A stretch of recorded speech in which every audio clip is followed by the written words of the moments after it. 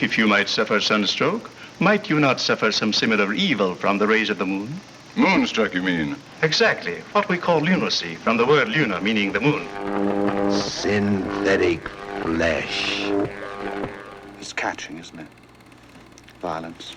Look, I don't know if you're crazy or what, but anyway, I don't care.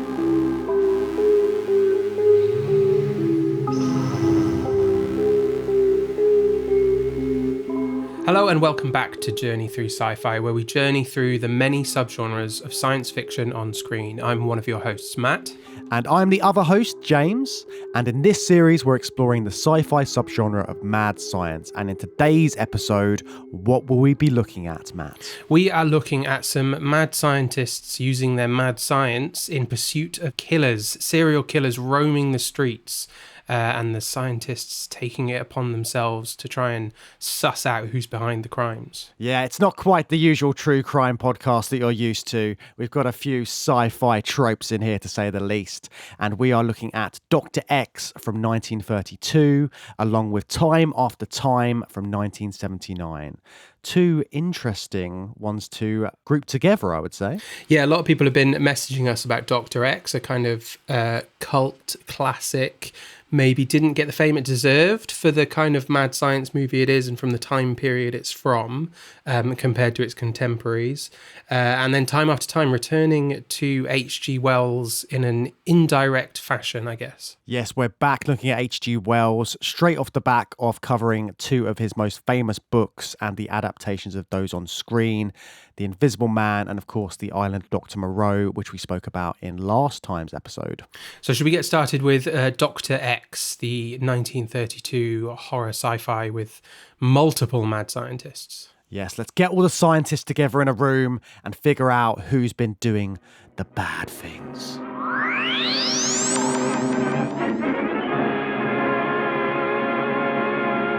All right. I'll agree to lay off for 48 hours.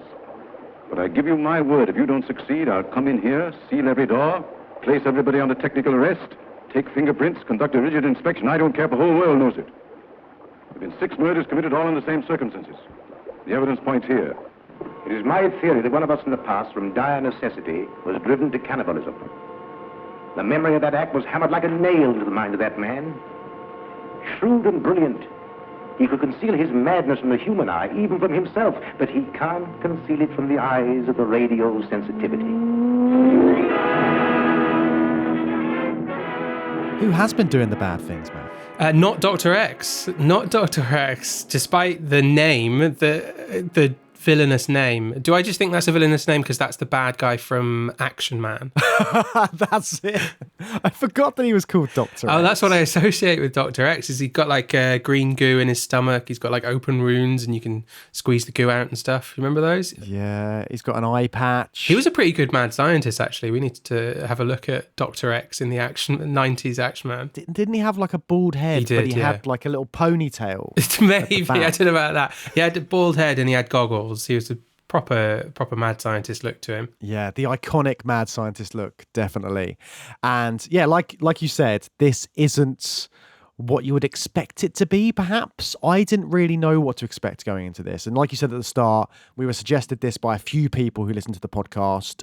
Special shout out to Dustin and Megan, who both sent us really nice messages about this, going, watch this film. I want to see it in the Mad Science series. So here we are discussing it. Yeah, and Megan in particular got to see it on the big screen, which is really interesting. I'd like to know where Megan saw that because, I don't know, this just isn't, it doesn't feel like a very famous movie. So to get re-released in a cinema is really cool and great opportunity to see a film like that. Yeah, it's had like an interesting resurgence though, hasn't it? Because in 2019... the UCLA Film and Television Archive and the Film Foundation did this new restoration, and they got funding from the George Lucas Family Foundation to do it.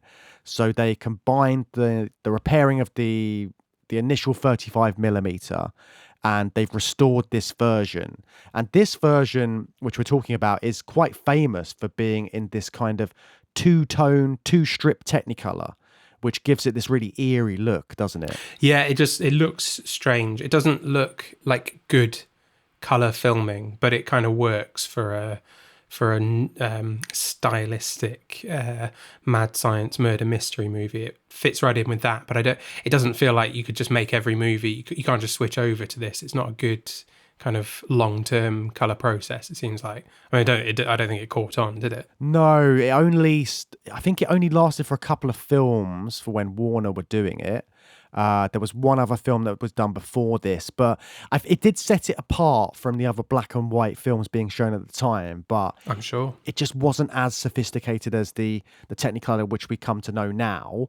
There is something about this color palette that does add something to this specific film. These greens and browns that you see in the color, which give it that. We've already said it gives it an eerie quality, but there's something about, I mean, our logo's green now.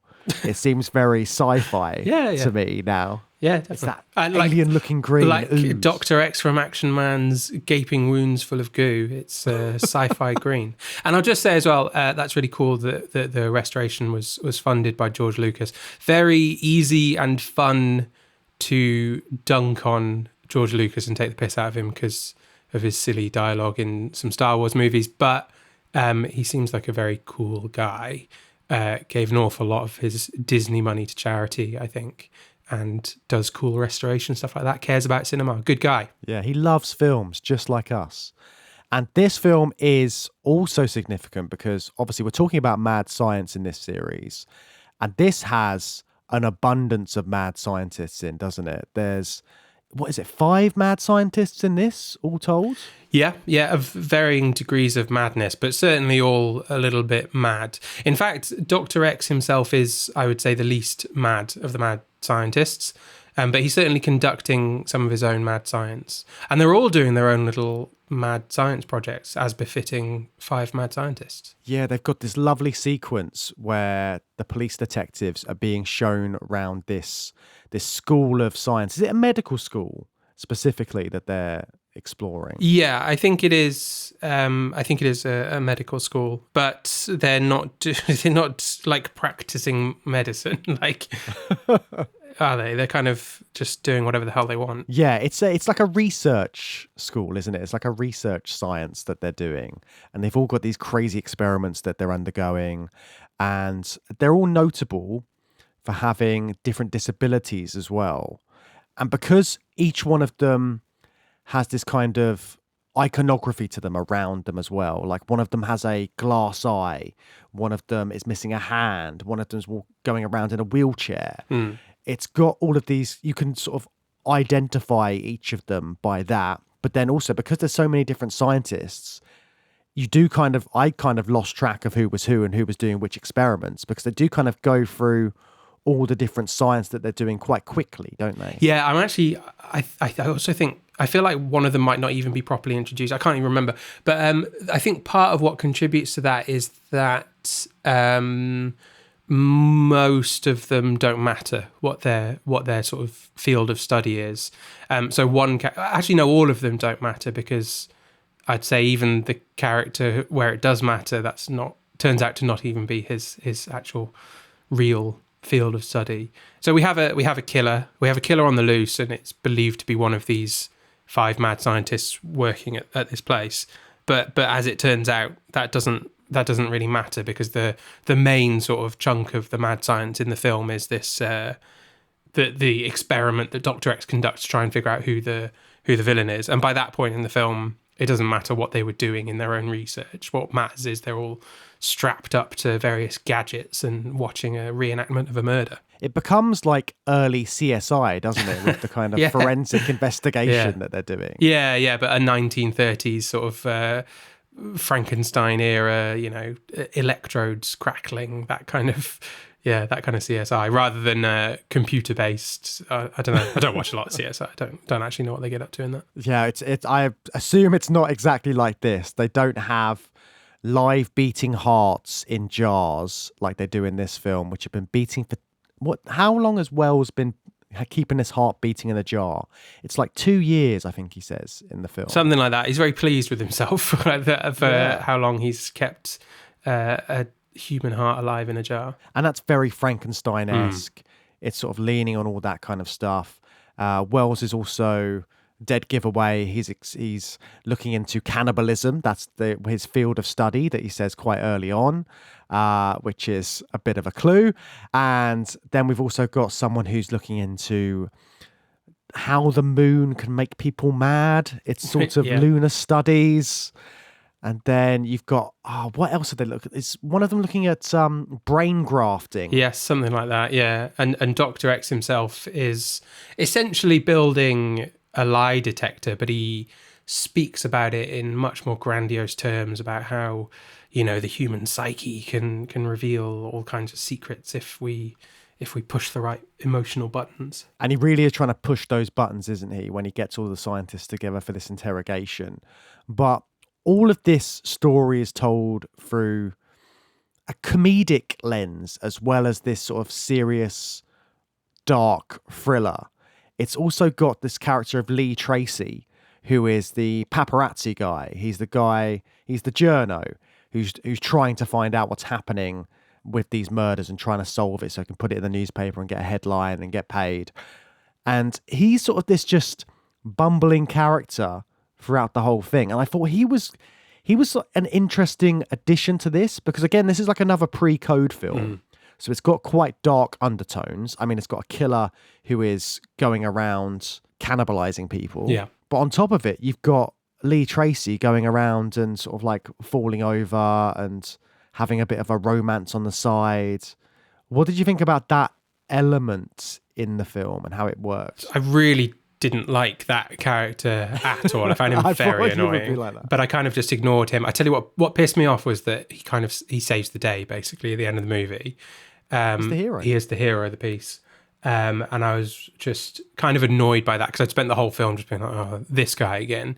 And then I just felt a bit like, oh, I'm a bit gutted that he becomes the hero of the movie because the climax of the film is amazing. You've got like this experiment going on and the whole set design looks so cool. The big lab that they're in, there's like multiple individual brilliantly designed labs that we see where the different scientists work, plus a kind of spooky mansion feeling and a spooky butler sort of holding all that together, and then a killer like on the loose roaming around, and then the comic relief kind of like steps him and like bops him on the head and he falls off a cliff. I just found it very anticlimactic and I was just annoyed by him. He's like a clown, isn't he? He's got a handshake buzzer. Like that feels like it has no place in this film, and the film just keeps coming back to him. That's like the main character. Yeah, I was quite interested by the fact that he was a journalist though, and that sort of journalist looking into a killer and trying to crack the case a little bit feels like. Well, it's early thriller stuff, isn't it? Kind of, but he doesn't approach it in the way that we would expect a journalist character to in this story. Because, I mean, because he spends half the film just like electrocuting people's hands in a handshake, but also he doesn't want to do it.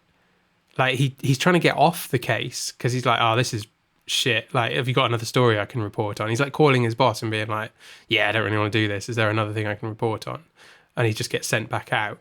He doesn't seem that interested. He's just like, oh, I'm just trying to earn a buck. I don't care. It did kind of remind me of that archetype of having an investigative journalist looking into a mad scientist, though, and writing like a piece on them. It made me think of The Fly from the 80s. Okay. Like Cronenberg's Fly. Because isn't Gina Davis trying to do a profile on Seth Brundle, on Jeff Goldblum? Yeah. And I feel like that's like a common thread that they've got in these kind of things. So I was looking at it from that perspective. And this also does have some similarities with The Fly in terms of the scientist doing experiments on himself. Yeah. So it's got that element to it and the kind of like the body horror that it gets into later in the film itself. And it feels like it is early body horror, isn't it? In the same way that you've got that happening in stuff like Frankenstein and Dr. Jekyll and Mr. Hyde, the idea of the transformation and the killer's transformation is, in particular in this, is really sort of leaning into all that kind of stuff. And the scientist as being more than just a scientist, there's something else underneath that's going to be unleashed later on in the film. Yeah, and in comparison to those films, we talked a lot about how those films were getting into the transformation quite early because it's the main selling point of the film, whereas this feels a bit more traditional, where it's like a twist. The transformation is the most shocking scene, I guess, and it happens at the climax of the movie, so it feels more like the appropriate place for a scene like that to happen. And I imagine this film would probably not be marketed as a transformation movie. It's a murder mystery, so you don't know that's coming really. So it feels more, it is quite shocking. I wasn't really expecting a big transformation at the end of the film, so it has that kind of shock factor, because you're not just shocked by the visceral body horror transformation, but also just the surprise, literally just being surprised that it's happening in the story. Yeah, because it was a big surprise. And I remember when we were looking at it and trying to think of pairings for this one, we were confused by some of the write-ups on it, because it kind of leans into this idea that it's about synthetic flesh. Right. And it's about this sort of transformation that happens. But again, that doesn't happen until pretty much the end of the film, in the last 10, 15 minutes of the film. And this is not a long film. It's an hour and 15 or an hour and 10, I think it is. When you're watching it, you're right, it isn't about that. It isn't about the transformation. You've got this really eclectic cast of different scientists, and it kind of feels like the fear around science at the time, and like we talked about, like the hubris of scientists and doing these experiments, not really thinking about the consequences, and having so many scientists all together. And then also it's kind of, I suppose, the way that they're making these scientists look, they're trying to make them look scary in different ways, like the one with the glass eye. Yeah, they're kind of it's a fear of unregulated science, which I think is still totally warranted fear. What's interesting in the movie, in the world of the movie, is people are a bit wary of Dr. X's medical school because they're just up there on this cliff top, seemingly doing whatever the hell they want, experiment-wise. But then the police have evidence that one of them is connected to murders, a series of murders, and then the police are still going along with Dr. Xavier's idea. He goes, well, could I just have like 48 hours to prove all my guys are innocent on my own, do my own evidence gathering for your murder case? And the police are like, yeah, that's fair. That is fair. We should let you do that. That's mad. It's just, you have these sort of worrying scientists who are completely unregulated and conducting experiments using human flesh. They know that. They've had a tour of the lab, and they're still like, okay, it seems fair enough that we'll give you a chance to gather your own evidence. It's like, okay, fair enough. And it's not like a nice, happy lab either. Like you say, the way that it Spooky as looks. hell. Yeah, it's spooky as hell. There's like a live beating heart in one of these rooms, and all these crazy people talking about these mad things that they're doing. And these detectives are just like, yeah, sure, you guys can handle this. We want to stay clear. There's two distinct locations, I think, isn't there? There's the lab, there's the medical research facility that Xavier runs, which is on a cliff top and looks like a spooky mad scientist lab, reminiscent of Frankenstein's castle laboratory. And then do they move to like a more sort of swinging beachside property where Xavier lives? Is that where the actual experiment happens? I think we see the individual labs in the big research centre on top of the cliff, and then the bulk of the movie with Dr. X's experiment on the scientists. Is that in his house, I think? I think that Xavier's house is the spooky cliff top. Oh, is it? Okay. And then there's another one in town. Oh, okay. Oh, yeah. Oh, right. Okay. Yeah. But again, it's like, it's early, you're getting early filmic spaces, so it may not quite translate in the way that we're used to as well. They're still sort of working all those bits out, so I can see why it does get quite confusing when you're looking at it. Because like you say, there's a moment when Lee Tracy's character is just on the beach with Fay Wray. Yeah, another scene that just felt completely out of place in the movie. I think every time the journalist had like his own scene, I don't know, I just felt like I was watching a different film. It was very frustrating, not just because I'm, sci-fi minded and in particular looking at mad science at the moment, so I wanted to get back to those experiments, but it really felt like this movie was about mad scientists coming together, experimenting on each other and trying to solve this murder mystery, and comic relief just didn't feel necessary here. And none of the other films that we've looked at so far from this period haven't felt the need to have that comic relief, really, have they? Yeah. Do you feel like this was a deliberate attempt from the producers to be like, okay, we need to sort of dumb it down a little bit. Maybe audiences won't quite like all of this stuff that's happening in here because it's quite a scary film. But then it's weird because it's called Dr. X. You look at that original artwork. Yeah. It's going to be a scary movie. Yeah. I don't really understand the decision making, but it's after Frankenstein's been quite a big success. And interesting, I don't think that this has had the cultural legacy of like a Frankenstein. So I would argue it's the wrong choice, basically, going down that route. And it feels a bit less whole. It just feels a bit sillier, to be honest, than other movies of the time that did better. But it does have that murder mystery angle, which we keep coming back to. And it's kind of early Poirot, early Knives Out kind of. I mean, Knives Out is probably quite an interesting comparison to that, because that has elements of comedy along with all the other stuff that's going on. But with this, it's this experiment, this lie detector test that Xavier has this pseudoscience around, the fact that there will be psychological signs that he can measure with his equipment, and it's all done with tubes going up with weird liquids which can measure how you're reacting to certain scenarios. And also, I was really confused as to why he's got a bunch of wax figures in this room. Like he's set them all up. When's he just knocked those out? When's he just made a couple of wax figures for this interrogation? I imagine that was just like something he had from another experiment that, from a while before, unrelated but repurposed and useful for this. I can imagine a mad scientist would have all sorts of uses for stand-ins for human bodies.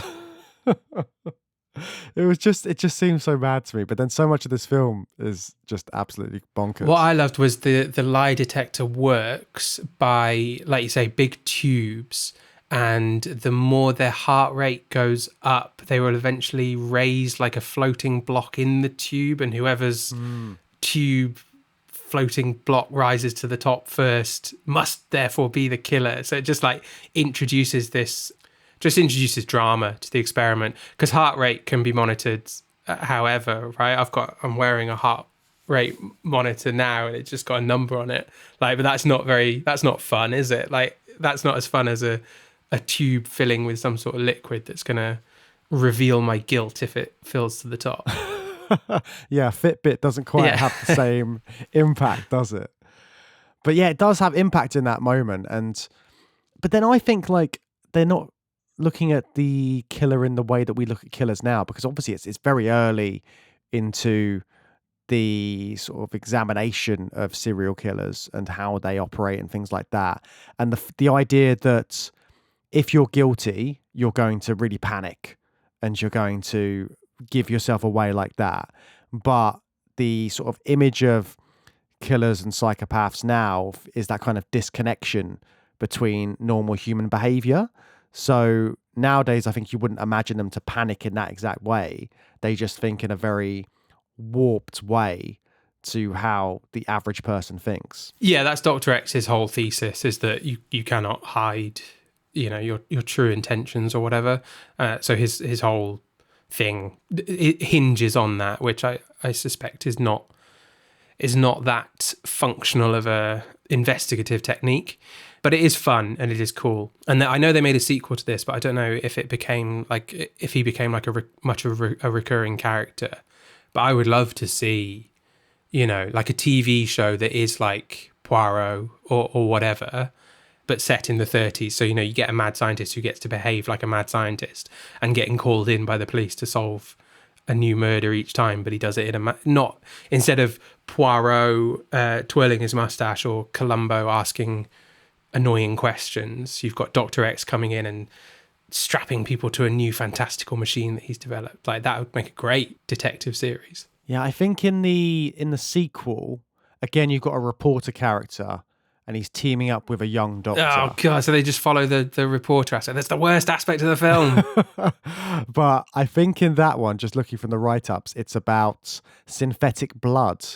So you're basically just using all of the things from this. So a reporter, a scientist trying to crack the case, and synthetic insert body part here. I think I just feel like they've learned the wrong lessons about what's fun and cool about this film. The best bit is the main test, isn't it? When they're looking at wax figures and there's people creeping about and there's a reenactment of a murder. That stuff is the murder mystery stuff that's cool. Murder mystery genre mixed with a mad scientist laboratory set inside the lab. You know, that's what's fun and cool about the film. Not necessarily even this. I mean, the synthetic flesh scene is amazing, but it's not the point, I don't think. The lunar rays will never affect you or me, sir, because we are normal people. Sure, but it affects strangely certain neurotic types. Yes, the moon is powerful. Why, twice a day, it lifts billions of tons of water that washes the shores of the world like an eternal old scrub woman. So the horror is all of that setting, and it's even in the fact that this killer is called the Full Moon Killer. So he only kills people under certain conditions, and that feels very supernatural, doesn't it? And the idea of the moon influencing people's behavior and all of the things that come with that, werewolves and ghouls and goblins, and again, going back to the supernatural connection to mad science that we keep coming up against, especially with like these 30s films. Kind of, but Dr. Xavier tries to ground it in a scientific reality early on, doesn't he? It's to do with his whole psychological thesis that he's experimenting on. He says that it's, you know, he's got some past childhood trauma that's linked to the full moon, and every time it comes up he can't help himself, and he psychologically transforms into this moon killer and must act on his impulses. That's his whole idea of how the moon killer's operating, and he doesn't see it as supernatural. He's very rational. He's a scientist. He wants to find this scientific explanation for the moon killer. But the idea of like lunar lunacy, which is a great combination of words, has been around for a while though, hasn't it? And yeah, there is something about like that lunar cycle and human biology and behavior. There's something in that, I think, about how people change over different time periods and things like that. But yeah, just trying to ground it in the science and keep it away from all of these supernatural elements, which are so sort of intertwined with those kind of, with that, again, it's like the symbolism of the moon. A full moon is a weird thing to experience and see. Is it? I don't know. It's just, it feels very superstitious and old-fashioned. It's like, that's me, man. I'm superstitious and old-fashioned. I see the full moon and I start howling out my window and losing my mind. Do you know, I'm not a religious person, but I've always sort of understood sort of sun worship and stuff. Like, you know, if you have nothing to go on, why would you not worship the sun? It's just this massive orb in the sky that gives all the light and heat that you have access to if you're kind of living prehistory. But and likewise, like, you know, when the sun's away, the moon's out, and the full moon will be the most powerful version of that. But I do just think it's all sort of superstition, right? Mumbo jumbo. Yeah. Every single listener who has any interest in astrology and star signs or anything like that is pointing a finger at you right now, Matt, and going, no. I don't think. Well, hey, I'm sorry. I've got more bad news for you if you don't want me talking about astrology. But amongst all of that stuff, they've also got the cannibal aspect, and the idea of having a scientist who is also a scholar of cannibalism is an interesting one. And it feels to me like Silence of the Lambs. Again, it's that kind of connection to serial killers. And again, within the sort of context of the movie, it's like it's just crazy that the police are just going to allow Xavier to do his own experiments. When it's like, here's the guy who studies cannibalism and has a live human heart. give me 48 hours and I'll figure out who the killer is. Like, okay. Yeah, right. But I suppose he's another, like, Wells. So they do this thing. It's very, it's almost like Scooby-Doo, isn't it? Like, they introduce him straight away. It's like, here's the killer. Anyway, let's try and figure out who the killer is. But he hasn't got a hand, so it can't be him. Yeah, here's the they've been killer, strangled. But it can't be him. But then we get back to him towards the end of the film. So he doesn't really do very much, I suppose, does he, Wells, for the bulk of the film? He's kind of assisting with the experiment because they're so confident it can't be him. I don't know why they don't, because there's a guy who's in a wheelchair and can't walk. They don't write him off in the same way that they write off Wells. I suppose he could physically strangle someone, but I mean, it would be more difficult for him to sort of stalk people on the streets. Of course, he gets up and walks halfway through the film. Yeah, I mean, that's a shocker, isn't it? Everyone's like, what? You could walk? What are you doing? Nothing comes of that. They're just like, he's just like, yeah, a little bit. just a little bit. But Wells is kind of just off to the side as this assistant to the experiment because he is not considered a suspect. But we get back to him at the end of the film. We see this idea of like dual personalities again when he goes through this transformation that we were mentioning earlier. Also, there's something to be said about this idea of these great minds which think in this completely different way to most people, but in doing that, they also have a much darker side to them. And we saw this in Dr. Jekyll and Mr. Hyde, where you've got a scientist who seems quite upstanding, but he's also got all of these dark impulses. And you see that in Silence of the Lambs as well, don't you, with Hannibal Lecter? He is a upstanding doctor. No one thinks anything of him, but he has this fascination with eating people and absolutely loves it. So you've got that in here as well with Wells, he's the most trusted scientist as well, because they trust him because they think he couldn't possibly be you. You haven't got a hand. You can't be out here strangling all these people. But he does have that darker side, and it's the moment when he transforms into that darker side, which is that big reveal and that amazing scene when you see him become a different person with this synthetic flesh that he's created. Yeah, so how does that look? What did you think of the actual transformation itself when he applies the synthetic flesh? It just got more and more grotesque, didn't it? Because it starts off with him just getting out his little hand from the cupboard, zapping it, bringing it to life, and then he just like, he's looking at the moon and he's like, oh no, yeah, I'm getting the urge. And he's like grabbing all this like putty and just slavering it all over his face. And just the way that he sort of molds it to create this different appearance for himself. So he's not just, and he says like, this is my true self. This is what I really am. And I'm just bringing it to the surface now with this synthetic flesh. And this is who I really imagine myself to be. And there's just something so eerie about that moment. The idea that it is this different person. It's like a disguise, but for him, it's more than a disguise. It's what he's really like. It's like Buffalo Bill. It's like the killer in Red Dragon creating this alter ego for themselves, which for them is actually their true selves, like Dr. Jekyll and Mr. Hyde. Mr. Hyde is actually Dr. Jekyll. So it's that duality, that dual personality of these people, these scientists. And that's where the madness is coming from, because they've got this other side of themselves which they can't keep under lock and key for any longer. Yeah. I thought he looked like Leatherface once it was all applied. Yeah, again, it's that imagery, isn't it? It's the serial killer, serial killers in cinema kind of themes, both thematically in what you were saying, like Red Dragon, and also just visually looking like, Leatherface, or even like Michael Myers, Jason, all of that. The mask, the application of the mask, but the texture of the synthetic flesh was great, because it looked gross, didn't it? It just looked nasty. Synthetic flesh. And you talked about how they kind of vanquish him pretty quickly. That was so sudden for me. They set him on fire once they find out that Wells is the killer, and then just push him out of a window, and that's it. Yeah.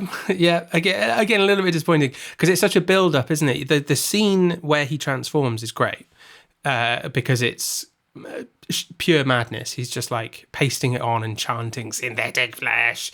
You know, it's really iconic. And I can see why it stands out in people's minds, and people maybe think of this as a synthetic flesh movie when I don't really think it is, because it's such a great scene. But then to have him just fall out of a window, get kind of like whacked by the annoying journalist, and then falls off a cliff, and it's like, oh, there he goes. That's the end of that. That's disappointing. Because he has the upper hand, doesn't he? He's like, he's murdered. Does he murder the butler?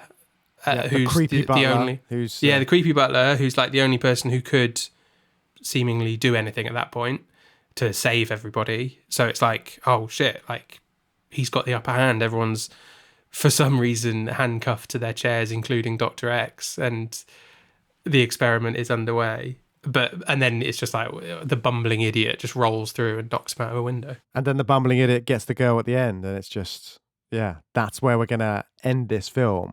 But I think for all of that, for a film in the 30s to be having this kind of explosive ending, however quick and fast it comes, I think all the other elements in it are so interesting. Just this idea of using science to track down a killer, which of course becomes forensic science, and using all of those imaginative concepts of this crazy lie detector and trying to get psychological responses out of the other scientists. It's just like, it's such a crazy mishmash of a few different kinds of genres and story structures that I think it's like an interesting case of mad science. And also it's got 5 crazy scientists in. What more do you want? I mean, that's the best element for me.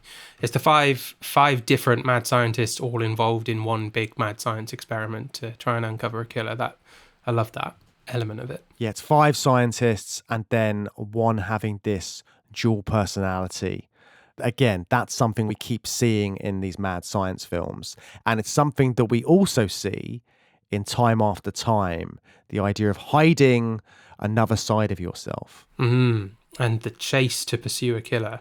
So should we talk about Malcolm McDowell as H.G. Wells in Time After Time? Sounds good to me. Hi listeners, hope you're enjoying the show.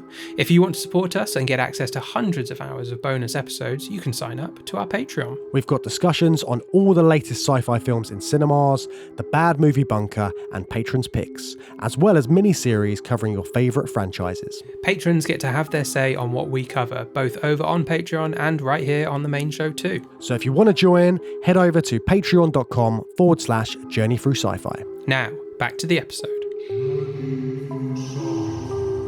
Time is 1893, and novelist and inventor H.G. Wells makes a startling announcement. Gentlemen, I am talking about traveling through time in a machine constructed for that very purpose. The first to use the machine, however, is Dr. John Leslie Stevenson, better known to history as Jack the Ripper. And what was to be a voyage of discovery, in an instant becomes a manhunt through time.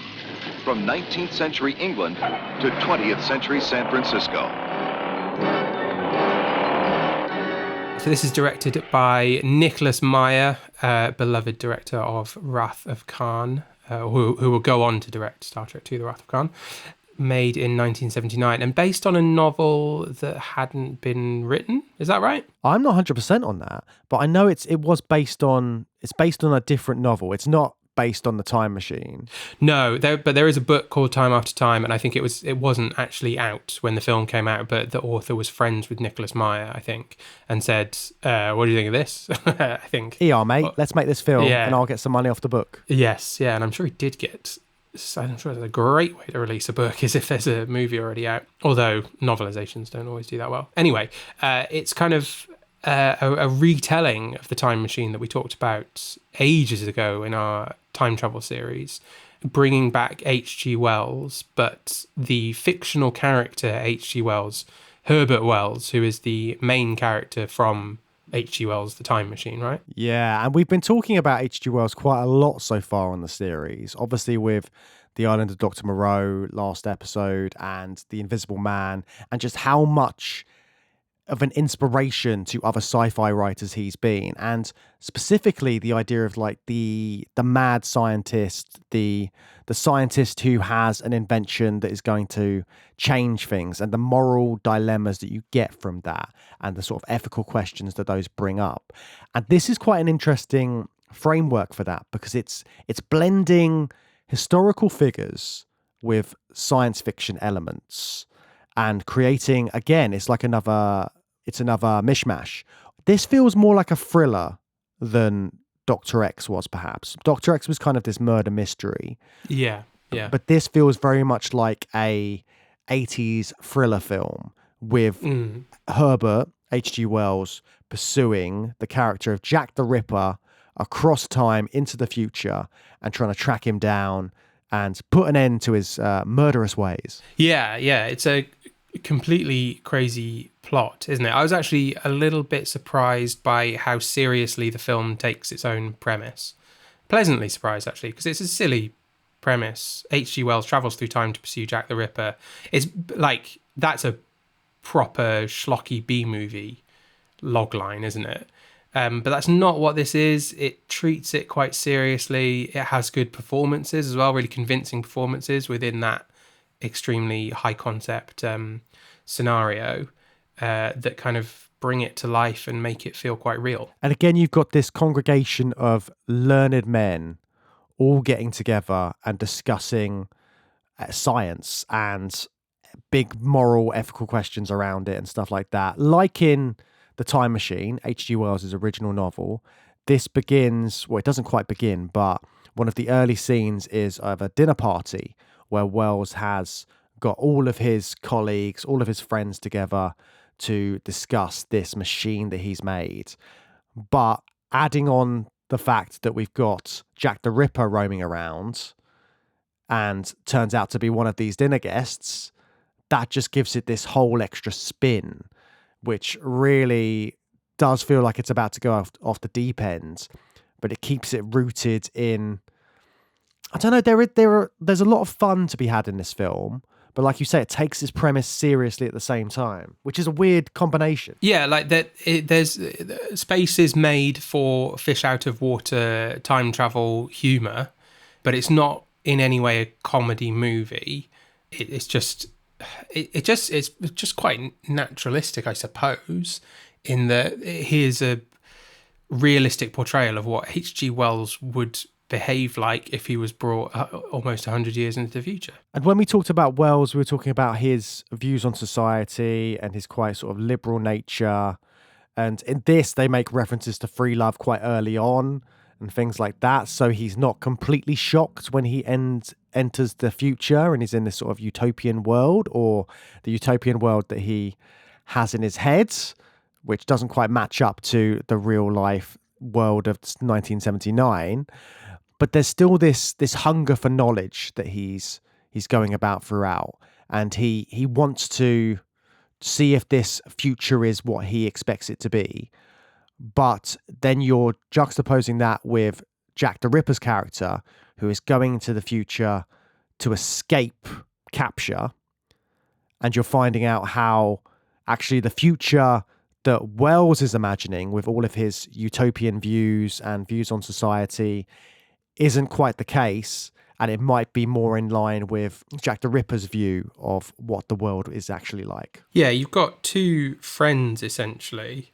And this is all set up at the start of the movie when they're playing chess and sort of debating the nature of society. One is hopeful and one is pessimistic, because he's a serial murderer, but believes that humanity is essentially bad and just wants to be at war with itself. And then you got H.G. Wells, this famous futurist who has an optimistic outlook on the future. And then they're basically at odds for the rest of the movie, chasing each other around and fighting and trying to catch each other. And yeah, that's the main crux of the film, isn't it? This kind of like chase into the future that's going on. But I was so fascinated by the choice of having Jack the Ripper in this, because it's mad. It's such a left field choice. Yeah. But it kind of works, and I don't know why exactly it works, because I was looking into the sort of timelines of things with this. Also, the fact that they call Jack the Ripper, so his last name's Stevenson, and it feels very much like Robert Louis Stevenson. Were they friends? Were Wells and Stevenson Don't think friends? they were. I don't know if they had that connection. I don't think they did. But Dr. Jekyll and Mr. Hyde was obviously written by Robert Louis Stevenson, and Jack the Ripper's persona has obviously been like paralleled between that fictional character and that real life serial killer a lot. So Dr. Jekyll and Mr. Hyde was written in 1886, and that was only 2 years before those murders in London in 1888. So Jack the Ripper came after the book, after Dr. Jekyll and Mr. Hyde. And then they never tracked down the killer. That was the whole thing about Jack the Ripper. But there's been lots of theories about who he could have been and what his identity actually was, who he was. But it feels like it's kind of almost shaped by the fiction around Dr. Jekyll and Mr. Hyde as well, and this idea of the dual personality of a scientist, of a intellectual in Victorian England having this darker side. Because also people have suspected that the way that some of the killings happened when Jack the Ripper was going around murdering people, they were quite surgical in nature. So it made sense that he was potentially a doctor of some sort. Okay. So again, you've got this kind of comparison between these mad scientists, which we're seeing, which have this darker side, and the kind of ethical boundaries about what they're doing, and then also their darker psychological urges that they've got. And I feel like that character, like, he does fit in with all these mad scientists which we're looking at, and specifically Dr. Jekyll and Mr. Hyde. It's got that real comparison to it. And I don't think I'd put the two ideas together beforehand, Jack the Ripper and Mr. Hyde being so similar, being Victorian England, but also that fiction shaping people's perception of that real life historical figure. Yeah, I think we talked about that duality, and this film is not really that different in terms of how it approaches the duality of the characters. And I think that's the point of that chess scene at the start, where they're having this sort of philosophical debate about what the future's going to be like. That's a question about the duality of man. It's just, in this film, it is not using the mad science to sort of bring that out of one character and show two sides of one person. It's two sides of humankind, I guess, as separate people and opposing forces that are chasing after each other and at war with each other. And that duality, again, is coming in the settings, because it goes from Victorian England to San Francisco, which, again, seems like a crazy choice, but it works for this in some weird way. So you've got H.G. Wells running around San Francisco in basically the 80s. Ordering a Big Mac. Ordering a Big Mac. Oh my God, that scene. I had to text you immediately when I saw that, because I was Pommes frites! I was like, what is happening here? And then when he sees the advert about Pepto-Bismol, and he's just like, what's this? And just all of these crazy little quirky things, because he's still...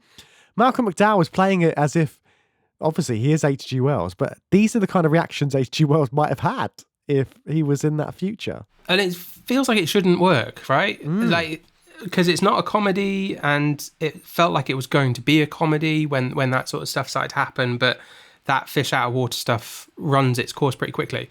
And Malcolm McDowell's doing this really good job of just being H.G. Wells, plodding through the future. But then you've got David Warner, who's very seriously playing Jack the Ripper, who has seized the opportunity to travel to the future and continue being a serial killer in the modern day. And that juxtaposition is so strange, because, like, we see Malcolm McDowell's experience of the future, which is, you know, watching TV adverts and enjoying pommes frites in McDonald's. Meanwhile, David Warner is experiencing the future as a place where he can run rampant as a violent killer and reveling in this opportunity. It's such a weird juxtaposition, but somehow it all fits together very neatly and without falling into silliness at any point. Because he makes such a thing about, you can buy a gun anywhere here. And this place is made for me, and the violence is catching. All of these kind of statements that David Warner is making as Stevenson just showing that kind of alignment to that perverse nature that he has, and that his outlook on the world, and it not being dissimilar to what the world's actually like. It's not Victorian England anymore. These things aren't suppressed in the same way, and you've got more coverage of all of these terrible things that are happening. So when they flick through the news, they're seeing all of these things about terrorism and people being shot and murders. It's because suddenly all of these things are in the public eye. Yeah, who do you think is right about the future then? Who kind of wins the argument at the start of the movie? Oh, that's an interesting one, isn't it? Because obviously there are dystopian elements in this time period that we're showing, but also there's all of these utopian ideas that are just so different to Victorian England. I don't think it's either one of those, is it? It's in between both of their viewpoints. Yeah, I suppose through Amy, Mary Steenburgen's character, we're kind of seeing some of the things that H.G. Wells is supportive of in Victorian times about women's liberation. And I don't know if H.G. Wells was really writing about free love. I don't know if that's a true thing about him. But obviously then he's interacting with a post-60s, post-1960s world that's experienced kind of the hippie free love movement. So I guess is the film presenting that both of them are right and these different things do exist. Again, it's all about duality, I suppose. And that's just the reality of the world by 1979. The world has caught up with me and surpassed me. 90 years ago, I was a freak. Today, I'm an amateur. You go back, Herbert. The future isn't what you thought. It's what I am. Do you know that you can go into a shop here and purchase a rifle or a revolver? It's perfectly legal. These people encourage... Stop it! So we've got this real world setting that you're throwing these historical figures into. That setting being San Francisco again. Again, it's just so weird to me. They go to all of the San Francisco locations that everybody knows.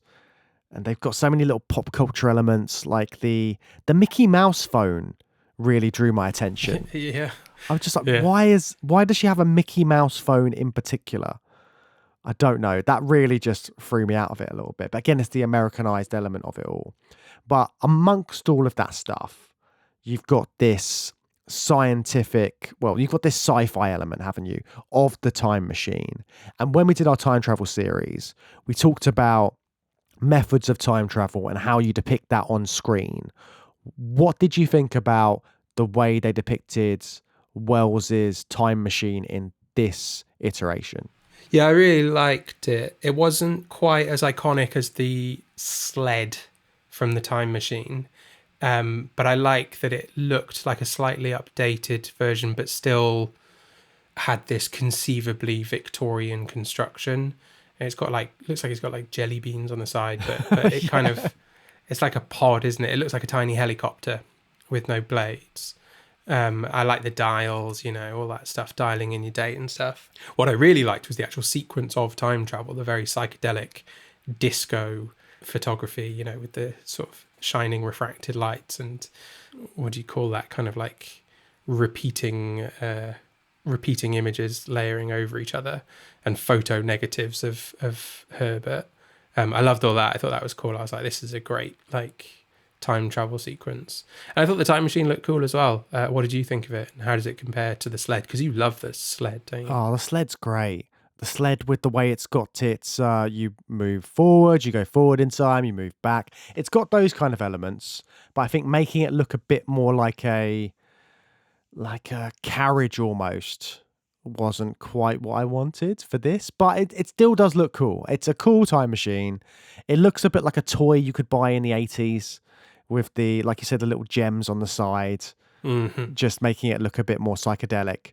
A bit more Buck Rogers and yeah. Battlestar Galactica, isn't it? Exactly that. It's a bit more colourful, and that kind of matches up with the special effects that they're doing with all of the sort of light prisms and the sort of spectrums that you're seeing. So it's got all of that to it, which I liked.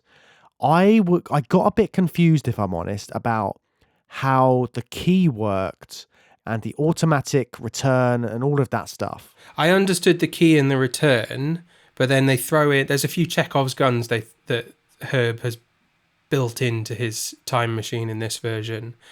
And some red herrings, like there's a big fuss about it being solar powered, but then that's not part of it. That's not part of the plot. That's just a thing. I said that's an excuse for him to say the line, or for him to talk about electricity and call Edison the modern Prometheus. Did you catch that? Yeah. The little Frankenstein reference? But that's not actually relevant. So the key just means like, but by default, Herbert's machine will just come back to his basement in 1893 every time, unless you pop a key in and turn the lock with the key to lock it in place in the future or in the past or whatever. So you're in control of that like automatic return system. The thing that I did not understand is the other Chekhov's gun, which is the vaporizing equalizer, which is an external plug that obviously by the end of the film it's like, oh right, that's why that's there. But like an external plug that you just yank out, and if you do that, the pilot will float through time aimlessly, I think, or just continue to travel through time without the machine. Just get zapped away, basically. But what that actually, zapped away, it seems like John is being zapped away at the end of the movie. But I think the description at the start of the movie is that without the vaporizing equalizer, the subject will travel without the machine, which implies that John had just travelled somewhere, wherever he set the date, and can't come back, but may well be alive and terrorizing the population. I don't know. I sort of understood it as he's like in the void, like in the time void. Yeah. Okay. I think can't be found. Yeah, again. there is an element of that outside the time spheres. There's talk of time spheres.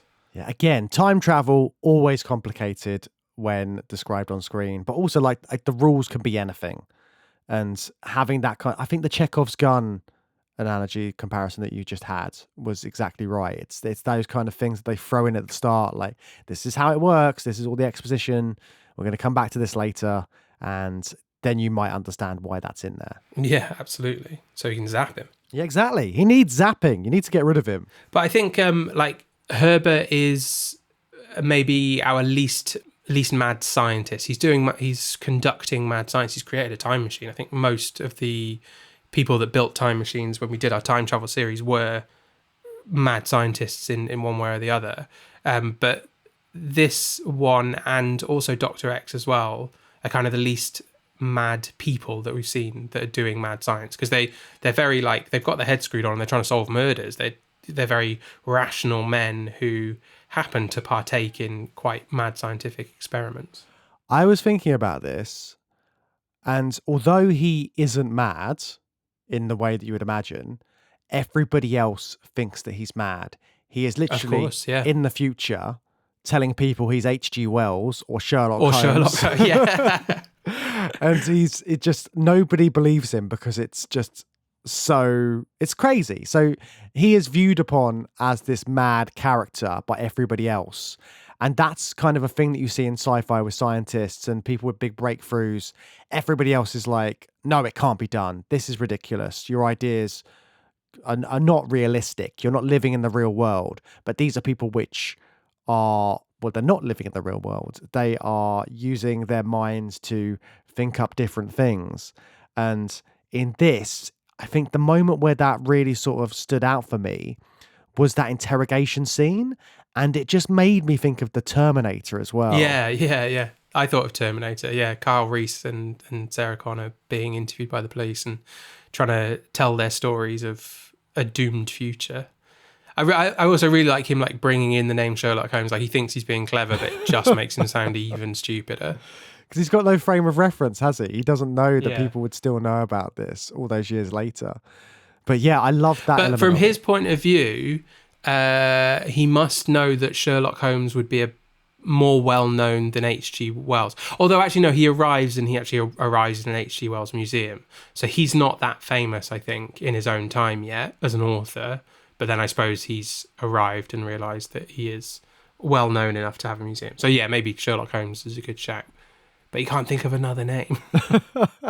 Time constraints. He's under time constraints, isn't he? Yeah, he's got to think of it straight off the bat. And he's sort of a naive guy, isn't he? He's played as a bit of a naive, emotionally naive guy. He's very smart and he's got all these grand ideas and philosophies about how the world should be. But he's just like quite honest and friendly. That's his character. Which is good when you compare him, again, that duality between him and Stevenson. Like, one is clearly a good character, one is clearly a bad character. And that makes that sort of fight between them even more good versus evil. So it's so important that Herbert wins by the end of it. But the whole thing is that, again, it's that time constraint. Like the Moon Killer in Dr. X, there are certain times when he's going to strike. And in this, you use that age-old thing with time travel, where knowing a little bit about the future and trying to preempt what's going to happen. And that really comes into play when they're trying to stop Amy from being killed after they read that newspaper report. So all of those elements really sort of lean into this. Again, it's the Hitchcock ticking clock, the ticking bomb underneath. So you've got that sort of threat of what's coming later in the film. So you've got this time constraint to it, and that makes it more of a thriller as well, because you're waiting for that to happen. You know that something bad's going to happen towards the end. Can he stop the killer in time? Yeah, that race against time element is what makes it more like a thriller, like you were saying when we started talking about it. It is a thriller movie, and we have to stop him. We have to stop him because he's just going to keep killing people if we don't stop him. And the idea that Stevenson always wins. So whenever they were playing chess, Stevenson always wins because he can read what Wells is going to do next. Because he is quite an open and honest man. He is easy to read. Herbert is an honest person who speaks his mind. And if you're deceitful and trying to manipulate people, then you can take advantage of that kind of a person, I guess. So it's kind of also about Herbert having to start to think more duplicitously and get one step ahead of Stevenson to catch him.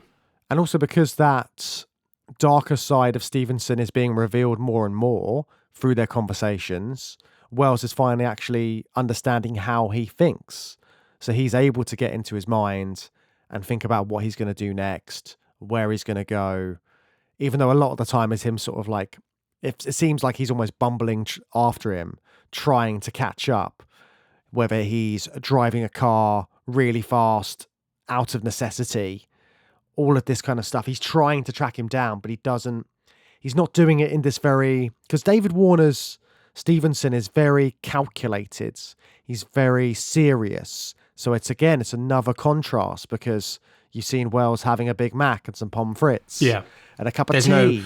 There's no fish out of water sequence for David Warner. He's like, we meet him. Importantly, I think the first time we see him in 1979, he's wearing a suit from 1979. He just looks like a guy from 1979. He talks like a guy from 1979. He acts like a guy from 1979. There's no fish out of water element there. It's not humorous. He is a cold-blooded killer, and he's good at that, whatever the time period. So what did you think about his portrayal, David Warner's specific portrayal as Stevenson? Well, I just think all three leads in this film are so good because they're able to sell this film as a serious story, because it's such a balmy plotline. And David Warner, there's a scary calmness about him, I think, in the whole film, in that murdering is like just not really a big deal to him. And that makes him really creepy, but not in a kind of not over the top, scary pantomime way. I think it's a great portrayal of a serial killer who just sees killing as like his right, really. Like, I deserve to be able to kill whoever I want, basically.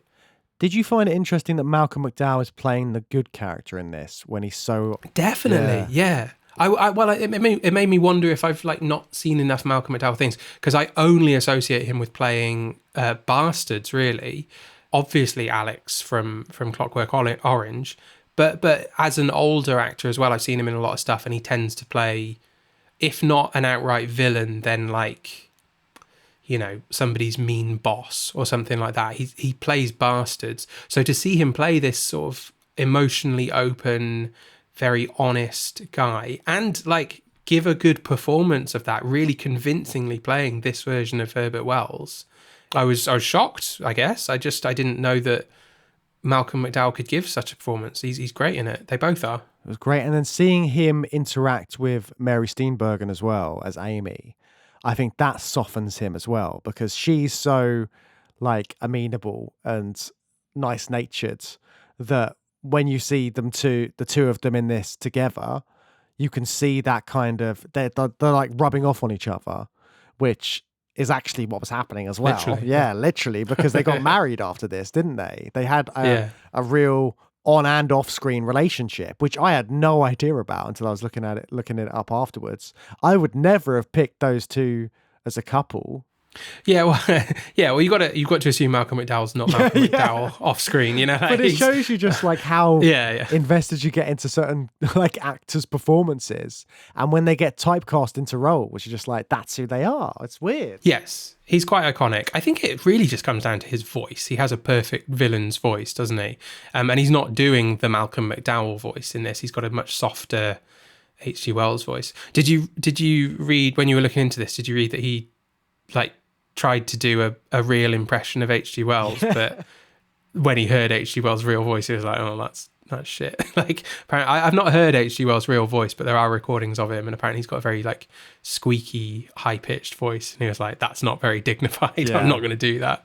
Yeah, I did read about that. It did make me laugh. I mean, I can't imagine him doing that role with a kind of like squeaky voice throughout. It would have taken, I mean, trying to do this film seriously and then adding that into the mix just wouldn't have worked. I'm going to talk about the greatest problem mankind has to face. I do not mean the greatest problem that any man may have to face. Personal problems are individual. They differ with every one of us. But I mean the greatest problem that is before our race as a whole. And that is how we are to get rid of the old governments that we have worn out and that we have grown out of. But then Amy Robbins, so Mary Steenburgen's character as well, is kind of, she's leading the way with their relationship in this as well.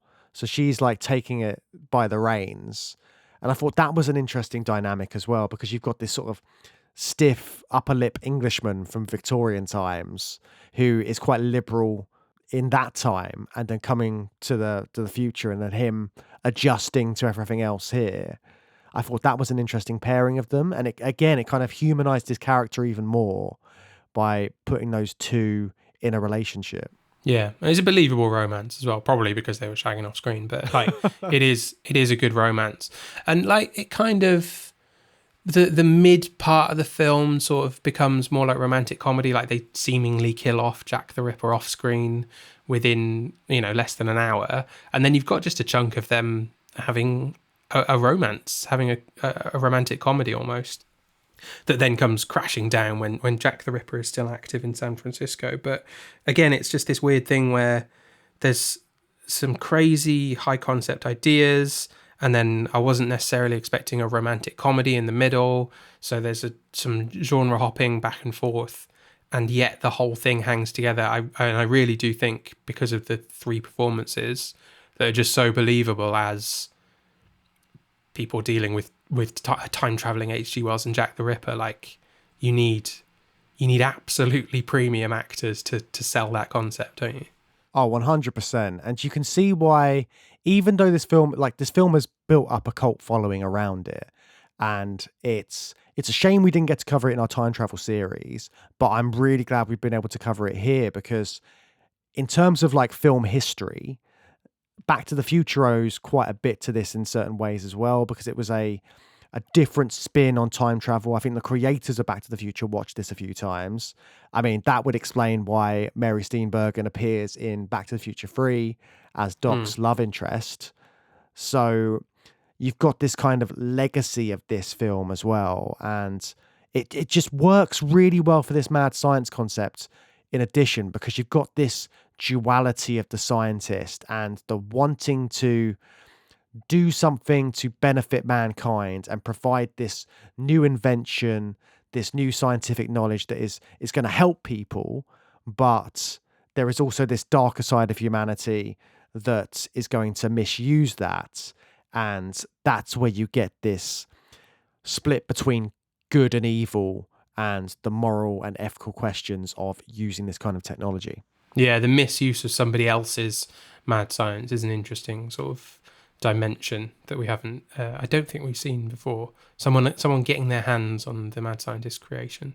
Yeah, I think that's going to come up, surely. And it'll be business people trying to make money out of these scientific inventions. And that's when the mad science goes bad and becomes more mad.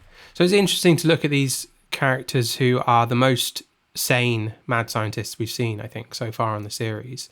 Well, some of them. Some of them. Well, I think the main characters, H.G. Wells and Dr. X themselves, are kind of got their heads screwed on pretty tight. But next time on the show, we're going to be going back to mad science and the madness of the scientists as well, but being driven mad by the science itself. We've already seen that a little bit in some of our earlier films, but we're going to take 2 more films to look at people going totally bonkers because as a result of the scientific experiments. Yes, and to do that, we will be looking at The Invisible Ray from 1936, and we are pairing that with Darkman from 1990. I'm so excited to watch Darkman, James, because I'm a big Sam Raimi fan. But until researching this series, I thought I'd seen Darkman, and I've only just realised that I had it confused with The Shadow, which came out at a similar time with Alec Baldwin. So I'm really excited to see Darkman, a classic Sam Raimi film. Yeah, there's some interesting tidbits about that comparison as well, which we'll get into in that episode. But also, I think seeing Boris Karloff in a role that isn't Frankenstein's creature, and also Bela Lugosi makes an appearance in The Invisible Ray as well. So I'm looking forward to discussing that. Lugosi and Karloff together, yeah, that's going to be that. I think that's kind of going to cap off our early 30s and 40s period. I think we might have one more after that, but a good way to sort of approach the end of that is having a film with Karloff and Lugosi on screen together. Yes, so keep an eye on the main feed for that when it drops in a few weeks' time. Thanks so much for joining us for today's episode of Journey Through Sci-Fi. Please make sure you're subscribed to the show so you can be up to date when the new episodes drop every few weeks. You can also find us on social media. We're on all of the social medias, I'm sure. If you're on it, you can find us there. And you can come to our website, journeythroughsci-fi.com.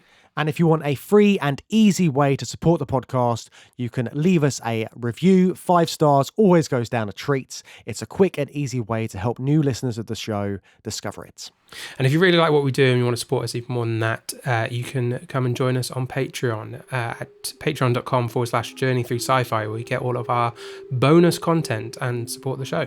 That wraps up today's episode. We'll be back soon.